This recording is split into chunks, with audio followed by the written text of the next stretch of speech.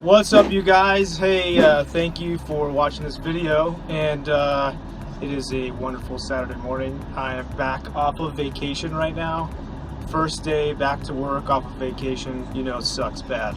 And it's a Saturday, which is even worse. I was watching and doing a little research over my vacation, because I do that, I'm obsessive anyway. But I wanted to talk about ADHD, sort of, and mental illness, and what I've been thinking about a lot about that lately. You know, we've had this like explosion of kind of ADHD and other mental illnesses. I don't want to lump all mental illnesses into this, but I think many of them, maybe like anxiety disorder and things like that, are maybe associated with this. Now, of course, I'm not a neurologist, and everyone's gonna get on my ass about, you know, that I'm not a neurologist, I don't know shit, I'm a surgeon, but these are my thoughts, okay? Let's just put it this way. It's not hard and fast rules. Oh, by the way, medicine is not hard and fast rules, even though everyone says it's a science.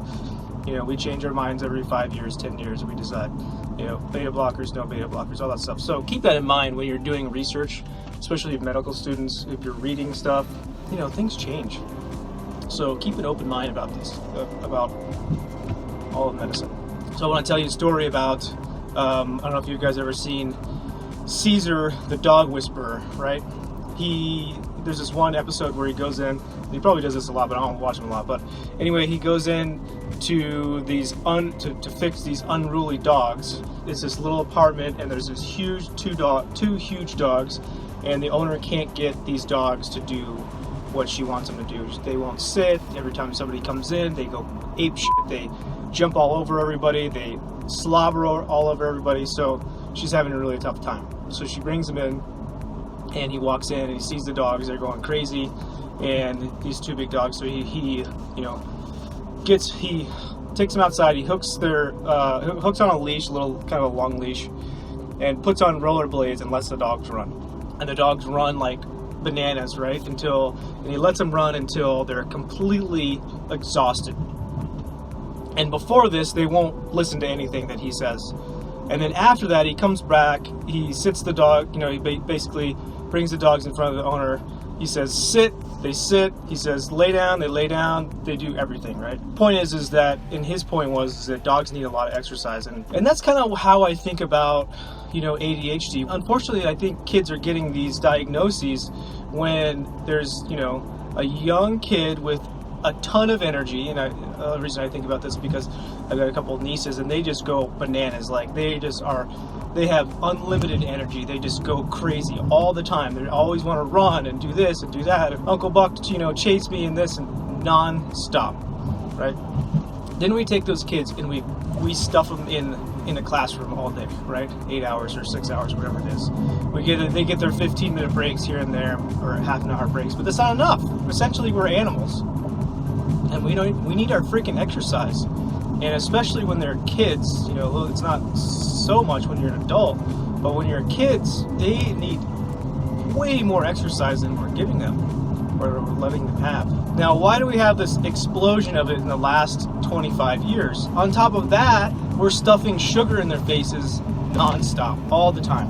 On top of that, chemicals, right? All these preservatives and additives for food, same stuff, sweeteners, all that. So, you know, it's like the perfect storm for this ADHD for these kids. And I'm not saying that their brains aren't wired wrong. I'm saying they're getting wired incorrectly from this, right? So I think after because our brains are, they call it neuroplasticity. We have neuroplasticity. We can change our brains. They form different connections. After a while, that's the connection the kid makes. And it doesn't really take, you know, into adulthood, it doesn't take them to not get enough exercise every day. It's just that they have formed these connections that fire inappropriately and you know, and too much or something like that. And so they're thinking, you know, too much. And so, or they're thinking inappropriately, right? So that's kind of my take on ADHD and kind of like anxiety disorders, and things like that are your brain is it's firing too much. It's thinking about too many things, and it can't either. The person can't sit still or can't concentrate, or anxiety. They just have this anxious loop where they keep going and thinking about the same thoughts over and over, and making them really distressed. Yeah, that's kind of my thoughts on that. I hope you guys understand where I'm coming from. Obviously, I'm not a neurologist. I'm not like a psychologist. I'm not saying that if you get enough exercise every day for 7 days, then that's going to completely change everything and fix your ADHD or your kid's ADHD.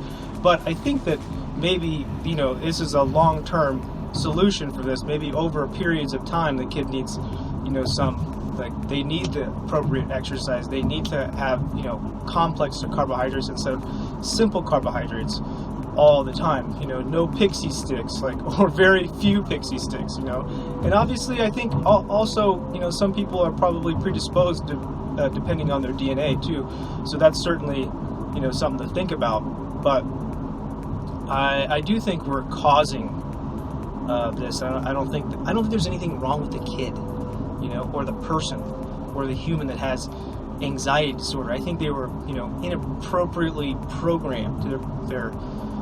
Their brainwave, or not their brainwaves, but their, neural pathways were inappropriately programmed, and then they kind of get labeled as this problem person.